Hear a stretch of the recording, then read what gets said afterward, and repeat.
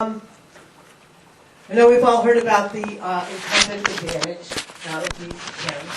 So I'm going to exercise some of my discretion. Out of all of these questions, there are some questions that are very specifically directed to Karen Pfeifer, and I'm going to do those first. And in the interest of making sure that these questions are aired and that you have a chance to respond to them.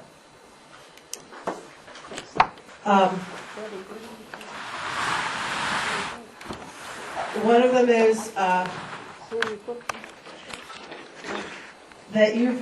Karen, you've raised $90,000 for a local school board election, and how can we be assured that these contributions will not affect your decision making?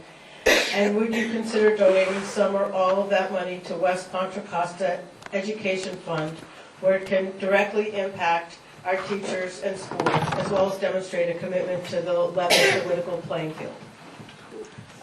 Thanks for that question. I'd like to let you know that I have not accepted any funds from any organization over whom I have control.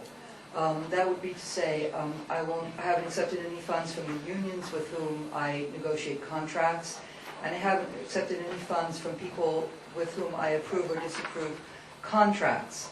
Now, a number of people in our bond program have contributed money to me, but I want you to know that they are selected by a closed bid process, and the lowest bidder gets the job, and the school board is not a part of that process. That process is completely done on the bond side, and the school board does not select contractors of any kind. And that's a process that's set up by the state of California. It is the law. So I don't think there's any way I can be influenced by any of the people that I have accepted funds from. And the other question, that's specifically to Karen. In 2004, you outlined a platform and made some promises to those who elected you. Now you say you need to be reelected to complete what you started. Which campaign promises do you feel you have lived up to, and which have you not? And whatever happened to the agenda for change of early 2005 and the No More Smoke and Mirrors? How did exploration of K-8 as an option for school restructuring turn into opposition to K-8? Boy, there's a lot in that question. The No More Smoke and Mirrors was a great campaign slogan, and I'm happy to say that I feel like we're there. As I mentioned when I spoke to you, we post our entire budget on the web. So if you want to know where your money's going and have the patience to dig through the line items, you're welcome to do that. Additionally, if any of you wish to have a more lightweight conversation about our budget or how our money is prioritized, I'm happy to arrange that. Either you can talk with me, you can talk with our superintendent, you can talk with our finance people. California financing is incredibly complex, and there are many ways to talk about it, and I'm happy to explore those with anybody who feels like this information is not accessible to them. I know many of you were at our town hall meetings in the last couple of years, and we tried very hard to talk then about the ways in which we would prioritize funding. Tell me the other two in there. Well, the one that I thought was really interesting was which things that you were trying to do in 2004 do you feel you've accomplished, and which do you think you haven't? What is it that you're trying to do in a new term?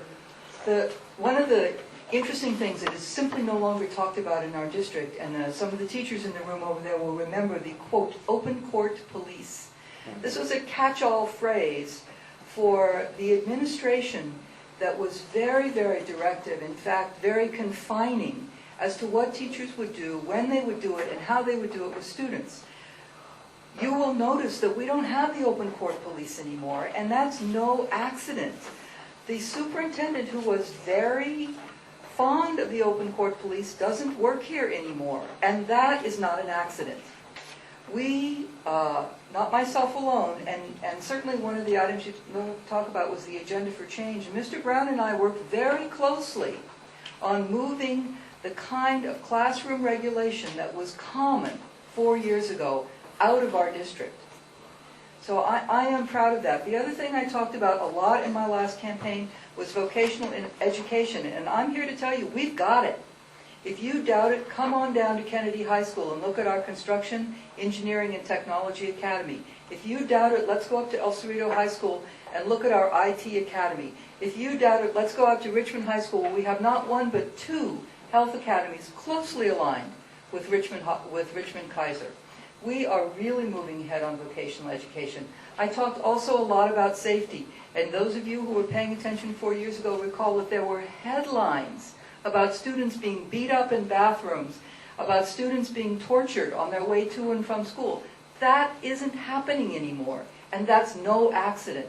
That is a result of the safety programs that I'm going to take a lot of credit for. What else, Hillary? That's it. Okay. What? K-8. Okay. K-8 is a wonderful idea, and let me just tell you, we have a K-8. You know It's what, in Panola. K8 is a question for everyone. Okay. I have it in my other Go stack. for it. Okay.